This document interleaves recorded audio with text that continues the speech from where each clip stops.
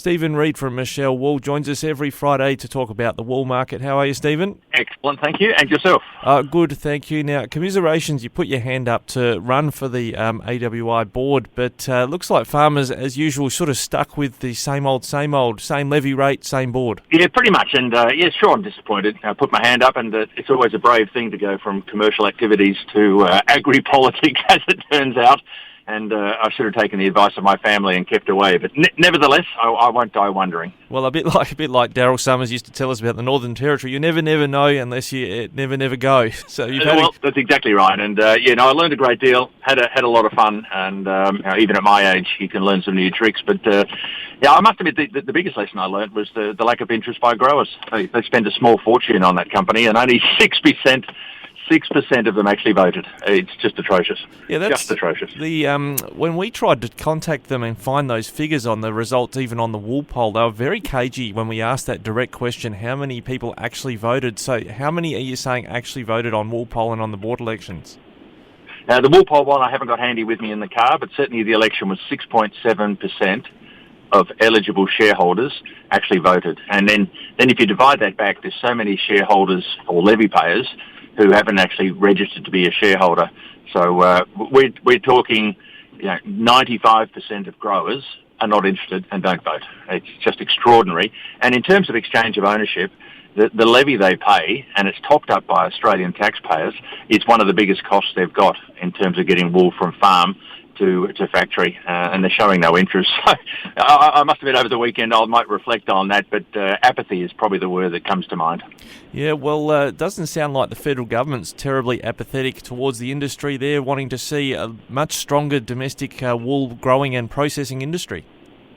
Absolutely. Great news on Monday this week. The Minister Littleproud came out, and there's been a lot of work going on by Wool Producers Australia to get a feasibility study up in terms of diversification. So we need more competition in the supply chain and innovation in the supply chain to reduce the price from fibre to fabric. And so they've approved a grant, an ATMAC, they call it grant, which is, again, a bit out of my area in Canberra, but there is a grant out there, and that process starts. And, we start to look at bringing some processing back on shore, and also working with countries outside of China, which is the dominant market, to see if we can create some more competition and ideally get the price of wool up and reduce the cost converting it from fibre to fabric. Yeah, I found that interesting as well, that it wasn't necessarily promising a domestic capability. It would be investigated, but that maybe they're trying to diversify the places overseas where wool is processed.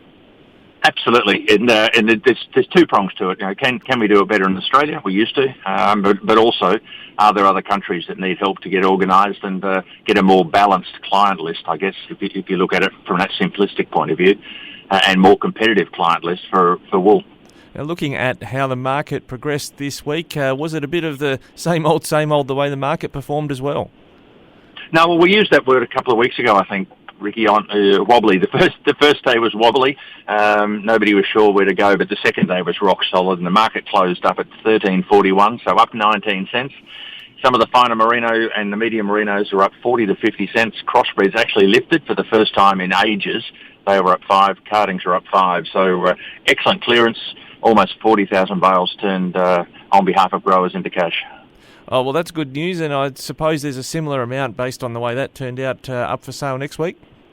A little bit less, 39's up, 39,000 bales up. The currency's actually down, so Aussie US, which is the dominant currency that wool's traded, is under 72. The euro's hanging around at 64. So expectations for next week are pretty good as we lead into Christmas, and a lot of the logistics issues are still coming ahead, getting vessels, paying for vessels. That just-in-time's all gone. So a lot of the big mills around the world are saying, well, they might have to step in and buy a bit of inventory and get it ordered a little bit earlier. Yeah, we're hearing a lot of those challenges existing all across agriculture and around the world, of course, the Black Friday and Cyber Monday and all of the movement of goods that's going to be happening. But how does that affect things, certainly from, you've got your mill over in China and getting things from there to where they need to be?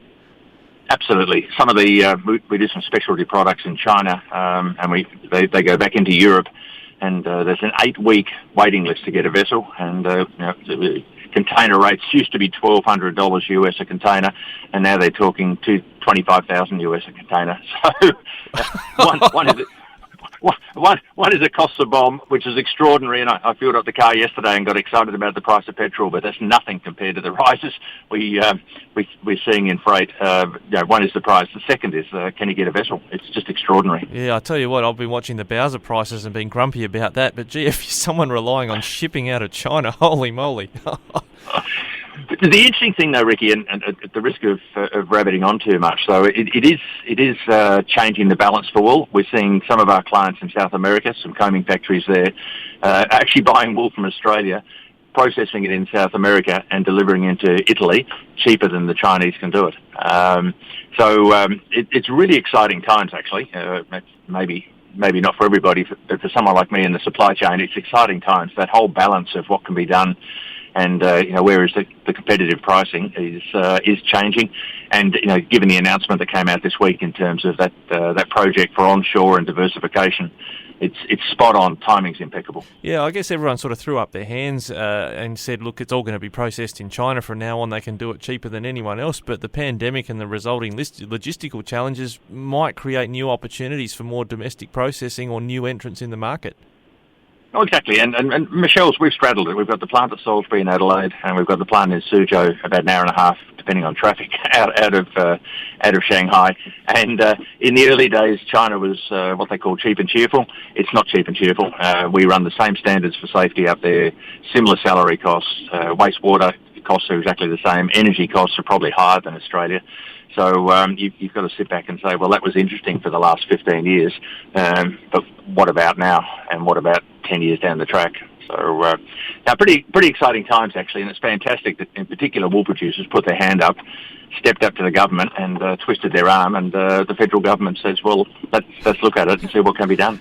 Twisted the government's arm and they said, uncle, there's good news there. Well, Stephen... Well, I was just going to say there's money going everywhere from the federal government, but it's nice to see some of it going towards wool. I'm pretty excited about it. Well, Stephen, thanks for that wrap on what's happening in the wool markets. Much appreciated. We'll catch you next week. Good stuff. Appreciate it. Keep well.